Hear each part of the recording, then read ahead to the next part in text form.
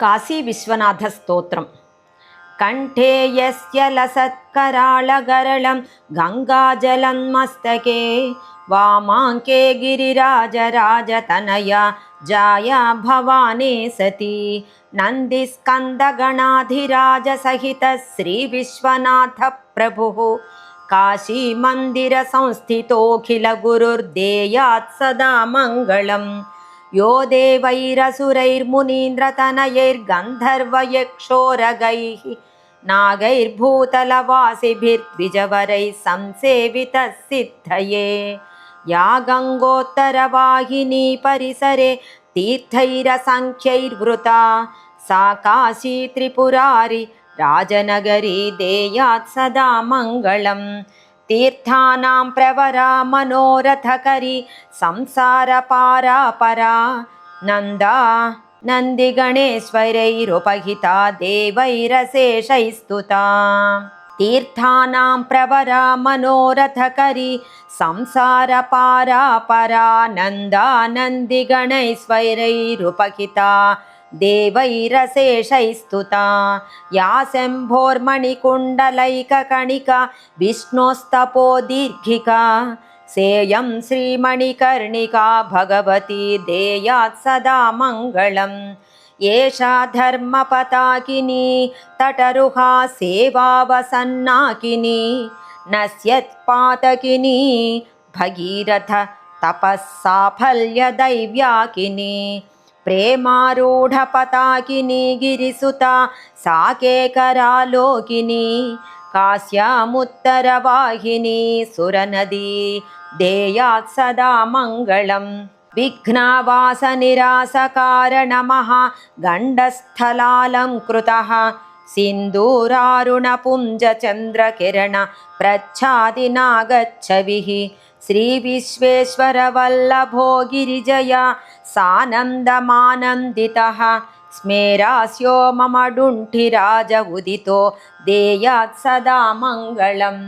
केदारः कलशेश्वरः पशुपतिर्धर्मेश्वरो मध्यमो ज्येष्ठेशो पशुपश्च कन्दुकशिवो विघ्नेश्वरो जम्बुकः चन्द्रेशो ह्यमृतेश्वरो भृगुशिव श्रीवृद्धकालेश्वरः मध्येशो मणिकर्णिकेश्वर शिवो देयात् सदा मङ्गलम्. गोकर्णस्त्वथ भारभूतनुदनुः श्रीचित्तगुप्तेश्वरो यक्षेशस्तिलपर्णसङ्गम शिवः शैलेश्वरः कश्यपः नागेशोऽग्निशिवो निधीश्वर शिवोऽगस्तीश्वर स्तारकः ज्ञानेशोऽपि पितामहेश्वर शिवो देयात् सदा मङ्गलम्.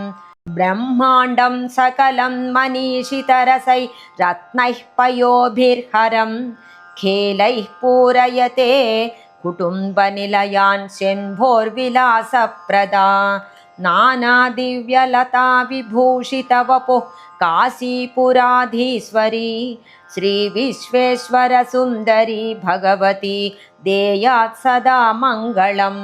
या देवी महिषासुरप्रमथिनी या चण्डमुण्डापहा या शुम्भासुररक्तबीजदमनी शक्रादिभिः संस्तुता या शूलासिधनुश्चराभयकरा दुर्गादिसंदक्षिणा माश्रित्याश्रितविघ्नसङ्घशमनी देयात् सदा मङ्गलम्.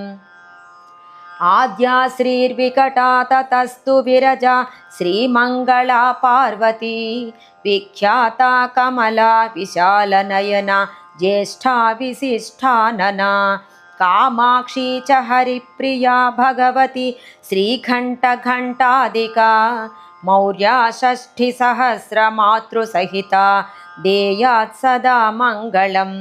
आदौ पञ्चनदं प्रयागमपरं केदारकुण्डं कुरु क्षेत्रं मानसकं सरोमृतजलं शावस्य तीर्थं परं मत्स्योदर्यधदण्डकाण्डसलिलं मन्दाकिनी जम्बुकं घण्टाकर्णसमुद्रकूपसहितो देयात् सदा मङ्गलं रेवाकुण्डजलं सरस्वतीजलं दुर्वासकुण्डं ततो लक्ष्मीतीर्थलवाङ्कुशस्य सलिलं कन्दर्पकुण्डं तथा दुर्गाकुण्डमसीजलं हनुमतः कुण्डं प्रतापोर्जितं प्रज्ञानप्रमुखानि वः प्रतिदिनं देयात् सदा मङ्गलम् आद्यः कूपवरस्तु कालदमनः श्रीवृद्धकूपोपरो विख्यातस्तु पराशरस्तु विदितः कूपः सरो मानसः जैगीषव्यमुनेश्च नृपतेः कूपस्तु धर्मोद्भवः ख्यातः सप्तसमुद्रकूपसहितो देयात् सदा मङ्गलम् लक्ष्मीनायकबिन्दुमाधव हरिर्लक्ष्मीनृसिंहस्ततो गोविन्दस्त्वथ गोपिका प्रियतमः श्रीनारदः केशवः गङ्गाकेशववामनाख्य तदनु श्वेतो हरिः केशवः प्रह्लादादिसमस्तकेशवगणो देयात् सदा मङ्गलम् लोलार्को विमलार्कमायूखरविः संवर्तसंज्ञोरविः विख्यातो द्रुपदुःखखोल्कमरुणः प्रोक्तोत्तरार्को रविः गङ्गार्कस्त्वथ वृद्धवृद्धिविबुधा काशीपुरी संस्थिताः सूर्यद्वादशसंज्ञकाः प्रतिदिनं देयात् सदा मङ्गलम् आद्याडुण्ठिविनायको गणपतिश्चिन्तामणिः सिद्धिदः सेनाविघ्नपतिस्तु वक्रवदनः श्रीपाशपाणिः प्रभुः आशापक्षविनायकप्रशकरो मोदादिकः षड्गुणो लोलार्कादिविनायकाः प्रतिदिनं देयात् सदा मङ्गलम् हेरम्बो नलकूबरो गणपतिः श्रीभीमचण्डीगणो विख्यातो मणिकर्णिका गणपतिः श्रीसिद्धिदो विघ्नपः मुण्डश्चण्डमुखश्च कष्टहरणः श्रीदण्डहस्तो गणः श्रीदुर्गाख्यगणाधिपः प्रतिदिनं देयात् सदा मङ्गलम् आद्यो भैरविभीषणस्तदपरः श्रीकालराजक्रमात्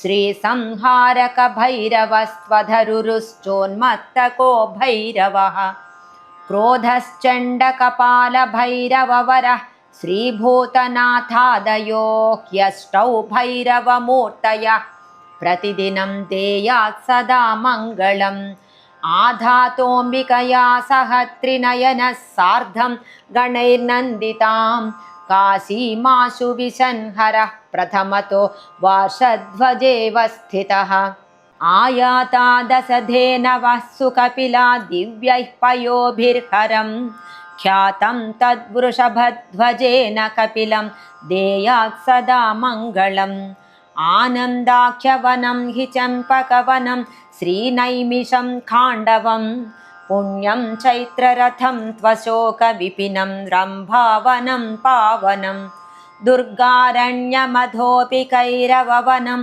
बृन्दावनं पावनं विख्यातानि वनानि वः प्रतिदिनं देयात् सदा मङ्गलम् अविकुलदलनीलः कालदंष्ट्राकराळः सजलजलदनीलो व्याळयज्ञोपवीतः अभयवरदहस्तो डामरोद्दामनादः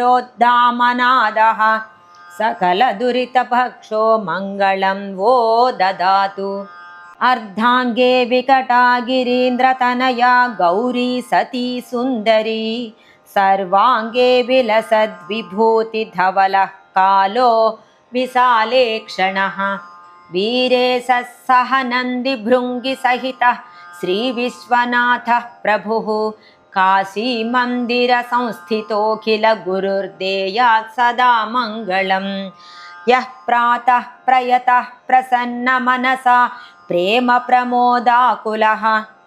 प्रमोदाकुलः ख्यातं तत्र विशिष्टपाद भुवनेशेन्द्रादिभिर्यत् स्तुतं प्रातः प्राङ्मुखमासनोत्तमगतो ब्रूयात् शृणोत्यादरात् काशीवासमुखान्यवास्य सततं प्रीतः शिवो धूर्जटिः इति श्रीमदादिशङ्कराचार्य विरचित काशी विश्वनाथ स्तोत्रम्।